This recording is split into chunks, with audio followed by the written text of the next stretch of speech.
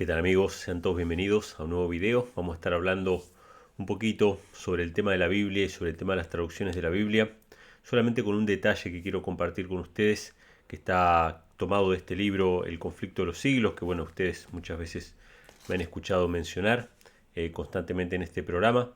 El conflicto de los siglos, que cuenta la historia del pueblo de Dios durante la era cristiana, ¿sí? Desde la destrucción de Jerusalén hasta el tiempo del fin. Así que todos aquellos que no lo tengan, consíganlo porque realmente es muy importante.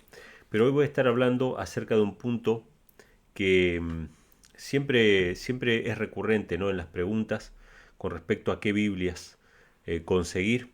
Yo siempre recomiendo la Reina Valera 1909, ¿sí? La Reina Valera 1909. Ya no tanto la Reina Valera 1960, tiene ya alteraciones, no es básicamente el texto recibido, sino que ya tiene algunas alteraciones. Pero la Reina Valera 1909 es la Biblia que entiendo yo que es la mejor traducción en español. Y también la Reina Valera Gómez, ¿sí? La Reina Valera Gómez. Que la Reina Valera Gómez es en realidad una adaptación de la Reina Valera a algunos detalles de la Biblia King James. O sea, está adaptado a la Biblia King James en inglés. Y obviamente en inglés la mejor Biblia es la Biblia King James, la Biblia del rey Jacobo, ¿sí? Esas, a mi forma de ver, son las mejores traducciones porque son básicamente el texto recibido. Ahora, ¿qué es el texto recibido? El texto recibido es una traducción que se hizo, en realidad es una compilación que se hizo de todos los manuscritos griegos que existían en el siglo XVI, que estaban dispersos algunos de ellos incompletos. Todos los textos griegos que existían del Nuevo Testamento fueron compilados por un erudito católico llamado Erasmo de Rotterdam, ¿sí? Y yo sé que mucha gente va a decir, es católico, entonces la Biblia esa no sirve. No, no, no, no. Escuchen una cosa. Hasta el siglo XVI los únicos eruditos que existían eran católicos. No habían eruditos protestantes, no existían. El protestantismo surge en el siglo XVI con Martín Lutero. De hecho, Martín Lutero era un sacerdote católico, ¿sí? Casiodoro de Reina era un erudito también católico. Entonces, todos eran católicos en aquella época, ¿sí? Pero Erasmo de Rotterdam, cuando surge la Reforma protestante, él queda como, vamos a decirlo, queda como en una especie de limbo. Si bien él declara su lealtad al Papa y él no se acerca a los reformadores protestantes, él colabora, no sé si por así decirlo, inconscientemente, ¿sí? O sin intención, colabora decididamente con la Reforma al poner la Biblia en griego, ¿sí? Porque hasta la época de Erasmo la única Biblia que circulaba era la Vulgata Latina. Una Biblia que, si bien había tenido su propósito, porque Dios de alguna manera permitió que se pusiera en una lengua común, que era el latín, de los primeros siglos, ¿sí?, de la era cristiana, tenía muchos errores, tenía realmente muchas fallas y no era una Biblia realmente buena y ya el latín era una lengua muerta. Al igual que el griego, ojo, el griego también era una lengua muerta, pero era la lengua original del texto del Nuevo Testamento, ¿sí? Entonces Erasmo lo que hace es recopilar todos los textos griegos del Nuevo Testamento y presentar una edición del Nuevo Testamento completo en lengua original, en lengua griega. A partir de ese momento, todos los reformadores protestantes que supieran leer griego, o sea, los reformadores, estoy hablando de los eruditos, tomaron de esta Biblia de Erasmo de Rotterdam para traducir a diferentes idiomas. Por ejemplo, del griego al español, del griego al alemán, del griego al inglés, etc. Y hay un detalle que encontré que me gustó mucho, que está en este libro, El conflicto de los siglos, que habla acerca de esto y que confirma por lo menos mi modo de ver de que el texto recibido es el texto más importante o el más fiel que podríamos decir al texto original, y no todas las versiones que vinieron posteriores, ¿no? Las versiones que vinieron posteriores al texto recibido, basados en otros textos que supuestamente Dios preservó a través de la Iglesia Católica, ¿sí?, los textos críticos, ya sea el Códex Alejandrino o el Códex Sinaítico, que son textos que salieron a la luz posteriormente, que supuestamente son más fieles. Todos esos textos críticos y todas esas versiones que vinieron después del texto recibido o a corregir el texto recibido, obviamente son alteraciones.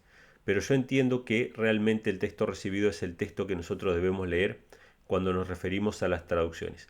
Mucha gente me pregunta, ¿no? Y me dice, ¿qué Biblia es la que más recomendás? Yo siempre digo Reina Valera Gómez o Reina Valera 1909 en español y la Biblia King James en inglés. No la nueva versión King James o King James con algo más, no, solamente que diga Biblia versión King James, ¿sí?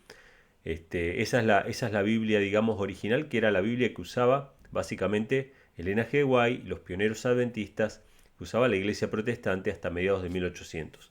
Después de mediados de los 1800 empiezan a aparecer los textos críticos, empiezan a aparecer otras versiones que vienen a querer corregir el texto recibido y hasta el día de hoy no dejan de salir versiones de la Biblia supuestamente mejores, supuestamente corregidas, supuestamente mejoradas. Por supuesto tengo que destacar esta palabra, ¿no? Supuestamente, porque obviamente yo creo que el texto recibido, el texto que compiló Erasmo, realmente fue algo dirigido por Dios para favorecer la reforma protestante y la circulación universal de la Biblia, porque ahora todos podían acceder al texto original en su lengua original y podían traducirlo a las lenguas comunes, a la lengua del pueblo, para que la gente tuviera un acceso más directo a las Sagradas Escrituras. Así que voy a estar compartiendo con ustedes un fragmento de este libro, El conflicto de los siglos, el capítulo titulado La verdad progresa en Inglaterra. ¿Sí? Este es el capítulo 15 del conflicto de los siglos, La verdad progresa en Inglaterra,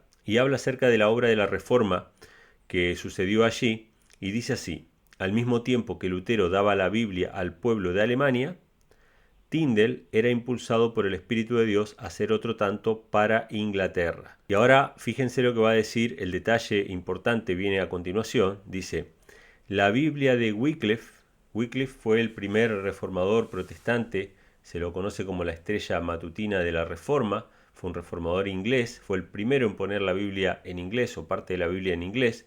Pero bueno, acaba de decir cuáles eran las deficiencias de la Biblia de Wycliffe. La Biblia de Wycliffe había sido traducida del texto latino, o sea, no había sido traducido del texto griego, sino del texto latino, de la Vulgata latina, que contenía muchos errores. Fíjense lo que dice acá. ¿Qué pasaba con el texto latino? Contenía muchos errores. La Biblia de Wycliffe fue un avance, sí, porque le dio la Biblia en su propio idioma a la gente, pero estaba traducido del texto latino, de la Vulgata latina.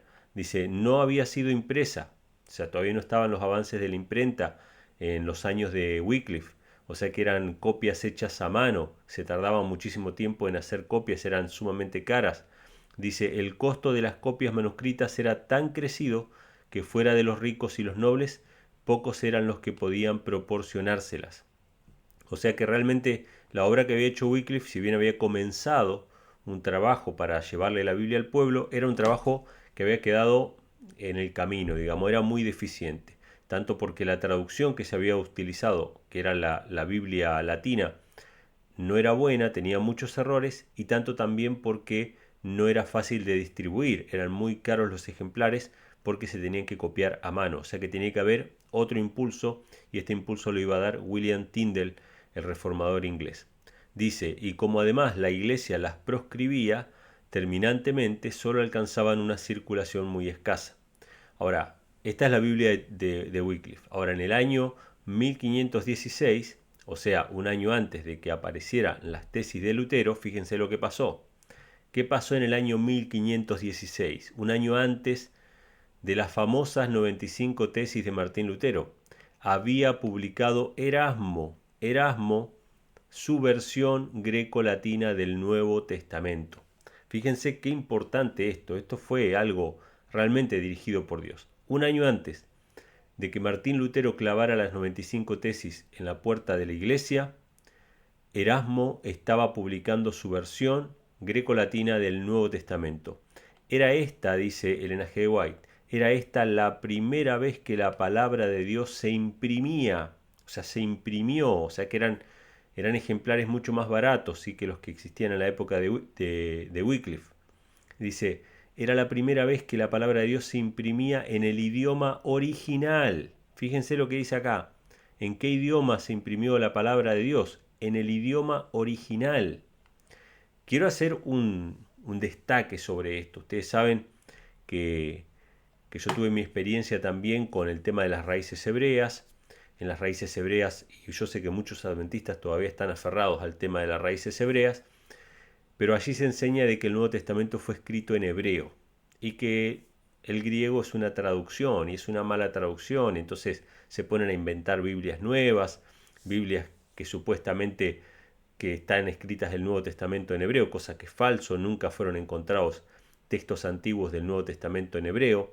¿Sí? Todos los textos antiguos del Nuevo Testamento son en griego, de hecho esos fueron los textos que se compilaron para formar el texto recibido. Pero bueno, existe esta idea de que originalmente el texto del Nuevo Testamento fue escrito en hebreo y que bueno, se perdieron y que ahora tenemos una mala traducción del griego, etc. Pero Elena G. de White, quiero destacar esto, Elena G. de White, que entiendo yo que fue dirigida por Dios, inspirada por Dios, dice que el texto de Erasmo, el texto recibido, esa compilación que hizo del texto griego, era la palabra de Dios que se imprimía en el idioma original, o sea que no solamente tenemos la evidencia histórica, o sea, todos los manuscritos antiguos del Nuevo Testamento y los más antiguos de todos están escritos en griego, o sea, no hay duda de que el Nuevo Testamento fue escrito en griego, esa era la lengua original del Nuevo Testamento, sino que aparte tenemos la inspiración, aparte tenemos la declaración del Espíritu de Profecía que dice que el Nuevo Testamento que publicó Erasmo era la primera vez que la palabra de Dios se imprimía en idioma original. O sea que no pueden quedar dudas, no podemos seguir albergando dudas de que el Nuevo Testamento fue escrito originalmente en griego. Tenemos que entender esto, hermanos, porque si no, siempre van a haber dudas de que si está bien traducido, no fue bien traducido.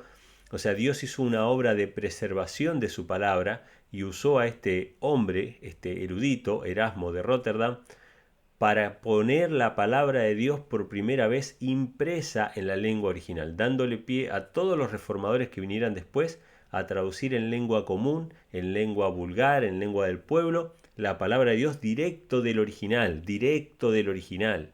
O sea que podemos afirmar con total certeza de que el texto recibido era la palabra de Dios en lengua original. En esta obra, dice, fueron corregidos muchos de los errores de que adolecían las versiones más antiguas. O sea que esta realmente fue una corrección, esta realmente fue una actualización importante. Es decir, se corrigieron los errores que venía arrastrando las versiones latinas, ¿sí? La Vulgata latina. Y el sentido de las escrituras era expresado con más claridad. O sea que realmente fue una bendición, realmente Dios dirigió esto para que se tuviera la Biblia en lengua original. Comunicó a muchos representantes de las clases educadas un conocimiento mejor de la verdad y dio poderoso impulso a la obra de la reforma. O sea, evidentemente Dios dirigió el hecho de que Erasmo pusiera el Nuevo Testamento en griego, impreso en las manos de gran cantidad de personas en aquella época que obviamente dio pie a la reforma protestante, dio pie a que se tradujera la Biblia a la lengua común y de que llegara a muchísimas personas. Dice, pero en su gran mayoría el vulgo permanecía apartado de la palabra de Dios. Tyndale iba a completar la obra de Wycliffe al dar a sus compatriotas la Biblia en su propio idioma. Fíjense qué interesante, o sea, Tyndale no hubiese hecho la obra que hizo si no hubiese existido Erasmo de Rotterdam, si él no hubiese publicado el texto recibido, el Textus Receptus, que se conoce con ese nombre.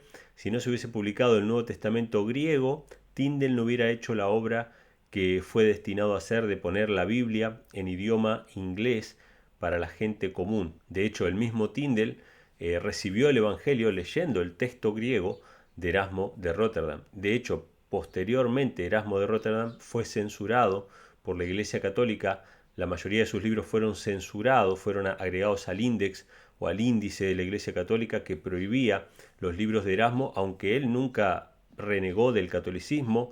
De hecho, dedicó algunas de sus obras al Papa León X, o sea, él era un fiel católico, pero sin embargo sus obras fueron censuradas por la Iglesia Católica porque favoreció el avance de la Reforma protestante. Y obviamente fue en este texto de Erasmo, que se basó la Biblia King James o la Biblia del Rey Jacobo. Es la base para la Biblia del Rey Jacobo y también la base para la Biblia Reina Valera que nosotros conocemos hoy, o la versión de Casiodoro de Reina, ¿sí? Que después fue revisada por Valera, y hasta el año 1909 tenemos un texto recibido puro.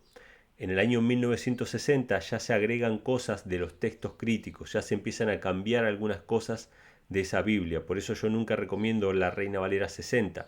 O sea, se puede usar de todas maneras. Ya las posteriores ya son peores. La versión 2000, la versión 95, hay muchas versiones de la Reina Valera.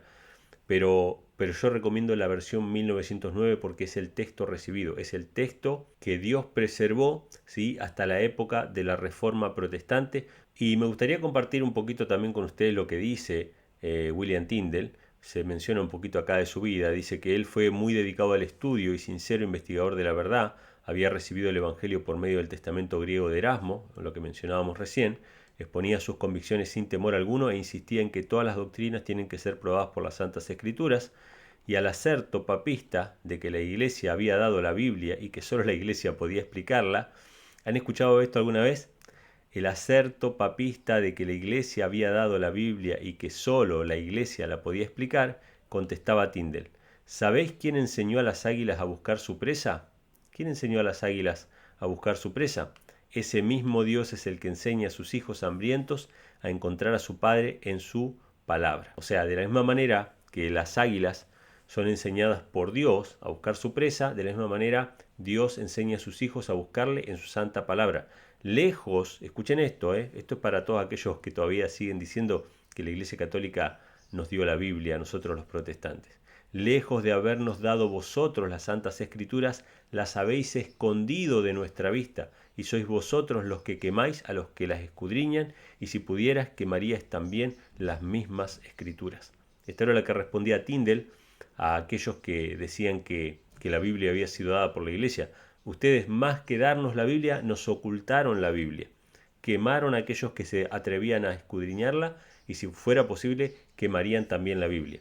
Cuando la Reforma Protestante estalló y ya no se pudo más quemar a los que leían la Biblia, ya no se pudo más quemar a los escritos de los herejes, ya no podían hacer más eso, entonces ¿qué hizo la Iglesia Católica? Otra estrategia, empezar a sacar nuevas versiones de Biblias mejoradas supuestamente, actualizadas o más fieles o más precisas, etc. De no querer que nadie lea la Biblia pasó a querer que la Biblia sea lo más fiel posible y a reformarla, ¿sí? Por eso después del año 1800, a mediados de 1800, empiezan a surgir todas las versiones críticas de la Biblia, ¿sí? Las versiones críticas de la Biblia son patrocinadas por la Iglesia Católica.